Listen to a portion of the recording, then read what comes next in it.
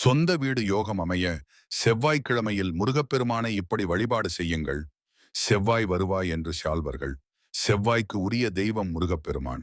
செவ்வாய்க்கிழமை அன்று நமது வேண்டுதலை முருகனிடம் வைத்தால் அந்த வேண்டுதலை நிறைவேற்றிக்க அடுப்பர்.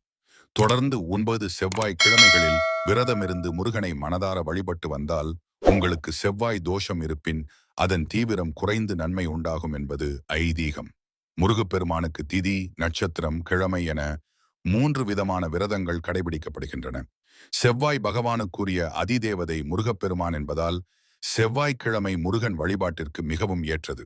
செவ்வாய் கிரகத்துக்கு மங்களகாரகன் என்கிற பெயர் மட்டுமல்லாமல் பூமிகாரகன் என்கிற பெயரும் உண்டு.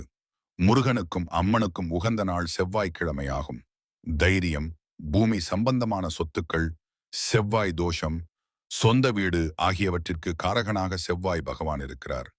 ஜாதகத்தில் செவ்வாய் பகவானின் நிலை சரிவர அமைய பெறாதவர்கள் செவ்வாய் பகவானின் அம்சம் கொண்ட முருகப்பெருமானை செவ்வாய்க்கிழமைகளில் விரதமிருந்து வழிபட நன்மை உண்டாகும். செவ்வாய் வழிபாடு. செவ்வாய்க்கிழமை அன்று வியாபாரம் செய்பவர்கள் ஒருபொழுது செவ்வாய் வழிபாட்டை செய்து வந்தால் வியாபாரம் பெரிய அளவில் விருத்தி அடையும். நல்ல தைரியத்தை கொடுத்து நாம் எடுத்து வைக்கும் எல்லா வியாபாரமும் வெற்றியை தரும். விரத முறை. செவ்வாய்க்கிழமை அன்றைக்கு காலையில் குளித்துவிட்டு அருகில் இருக்கும் முருகப்பெருமான் கோவிலுக்கு சென்று வழிபட வேண்டும். பிறகு வீட்டுக்கு வந்ததும் விரதத்தை தொடங்க வேண்டும். வீட்டின் பூஜை அறையில் அமர்ந்து முருகனை நினைத்து கந்த சஷ்டி கவசம், முருகப்பெருமானுக்கு உரிய தோத்திரங்கள், மந்திரங்கள் ஆகியவற்றை பாடி வழிபாடு செய்ய வேண்டும். அதன்பின் மாலை மீண்டும் முருகன் கோவிலுக்கு சென்று வழிபட்டு விரதத்தை நிறைவு செய்ய வேண்டும். விரதமிருந்து அன்னதானம் செய்வது மிகவும் சிறப்பான பலனை தரும். இப்படி 9 செவ்வாய்க்கிழமைகள் விரதமிருந்து முருகனை வழிபட்டால் செவ்வாய் தோஷத்தினால் ஏற்படக்கூடிய பாதிப்புகள் நீங்கி நன்மை உண்டாகும்.